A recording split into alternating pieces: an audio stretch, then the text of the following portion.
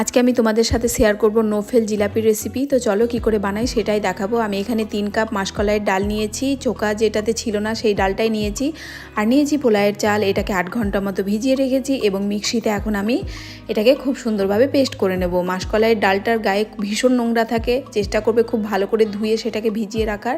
এবার এখানে আমি তোমাদের দেখাবো আমি যখন মিক্সিতে পেস্ট করে নিয়ে এলাম, তারপরে একটা বাটিতে জল নিয়ে আমি পেস্টটাকে দিয়ে দেখতে পাচ্ছ জলে ডুবে আছে। এবার আমি এটাকে একটু হালকা লবণ দিয়ে 10 থেকে 15 মিনিট যতটা সম্ভব হয় খুব ভালোভাবে ফেটিয়ে নেব। তোমরা হ্যান্ড বিটার দিয়েও ফেটাতে পারো, ইলেকট্রিক বিটার দিয়েও ফেটাতে পারো, হাত দিয়েও ফেটাতে পারো। আমি প্রথমে হ্যান্ড বিটার দিয়ে ফেটিয়েছিলাম, তারপর আমার মনে হয়েছিল যে হাত দিয়ে ফেটালে আমার বেশি সুবিধে, সেই জন্য আমি হাত দিয়ে ফেটিয়ে নিয়েছি। আমি 8 থেকে 10 মিনিট মতো ফেটিয়ে যখন ট্রাই করি জলের ওপর দিয়ে, তখন আমার মিক্সচারটা ভেসে ওঠে। তোমরা ট্রাই করবে 5 মিনিট বা 10 মিনিট ফেটানোর পর ট্রাই করবে, যখন মনে হবে যে তোমাদের মিক্সচারটা ফুলে উঠেছে তখন এটাকে ফেটানো বন্ধ করে দিতে হবে। যত ফেটাবে তত জিলাপি সুন্দর হবে আর ক্রিস্পি তো হবেই।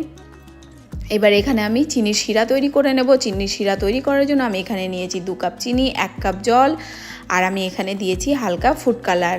যতটা চিনি নেবে তার অর্ধেক জল। আর এখানে শিরাটা একটু চ্যাটচেটে বা গাঢ় আমাদের দরকার, একটা তারওয়ালা শিরা আমাদের দরকার। এখানে কি করে আমি ক্যামেরাটা ম্যানেজ করে দেখাবো সেটাই বুঝতে পারছিলাম না, কারণ একাই ক্যামেরা করি, একাই ভিডিও এডিট করি।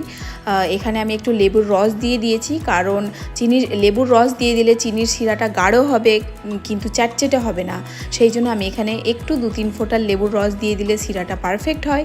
এখানে আমার চিনির শিরাটা হয়ে গেছে। এবার এখানে আমি তেল বসিয়ে দিয়েছি।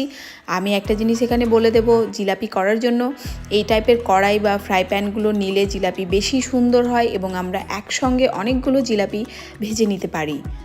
তো এখানে তোমরা দেখতে পাচ্ছ আমি মিক্সচারটাকে জলের ওপর দিয়ে দেখলাম খুব সুন্দরভাবে ফুলে উঠেছে। এবার আমাদের বুঝতে হবে যে আমাদের মিক্সচারটা খুব সুন্দরভাবে ফেটানো হয়ে গেছে। এবার একটা পাইপিং ব্যাগে আমি মিক্সচারটাকে নিয়ে নিচ্ছি।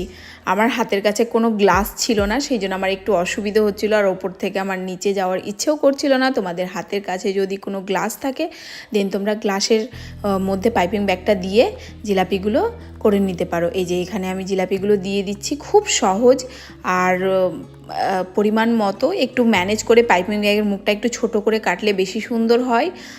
আর এটা নো ফেল রেসিপি, তোমরা নিজের বাড়িতে বানিয়ে দেখো, খুব সুন্দর হবে, খেতেও খুব সুস্বাদু হয়। এবং আমি সবগুলো জিলাপি এখানে যটা আমার মনে হবে যে হয়ে যাবে আমি সবগুলো দিয়ে দেব। তারপর আঁচটাকে কমিয়ে তেলটা হালকা যখন ঠান্ডা থাকবে তখন আমাদের জিলাপিগুলো দিয়ে দিতে হবে। আর তেল যদি খুব গরম থাকে তাহলে জিলাপির শেপ নষ্ট হয়ে যেতে পারে, সেই জন্য বারবার বলছি যে জিলাপিটাকে প্রথমে যখন দেবে তখন তেলটাকে লো ফ্লেমে রাখবে, তারপর দেওয়ার পর হাই ফ্লেমে ভেজে নিতে পারো। এখানে আমার জিলাপিগুলো ভাজা হয়ে গেছে। তোমরা চাইলে কালারটাকে আরও একটু লাল করে নিতে পারো। এবার আমি গরম গরম জিলাপিটা তুলে নিয়ে গরম শিরার মধ্যে দিয়ে দেব। এবার এখানে আমি 5 মিনিট মতো জিলাপিগুলোকে রেখে দেব, তারপর আমি জিলাপিগুলোকে তুলে নেব। এখানে আমার জিলাপিগুলো 5 মিনিট মতো রাখা হয়ে গেছে। এবার জিলাপিগুলো আমি তুলে নেব।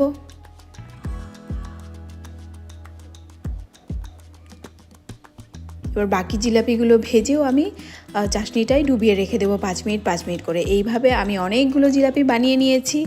আর 3 কাপ ডাল দিয়ে এতগুলো জিলাপি হয়েছে। তোমরাও বাড়িতে বানাও। ভালো থেকো।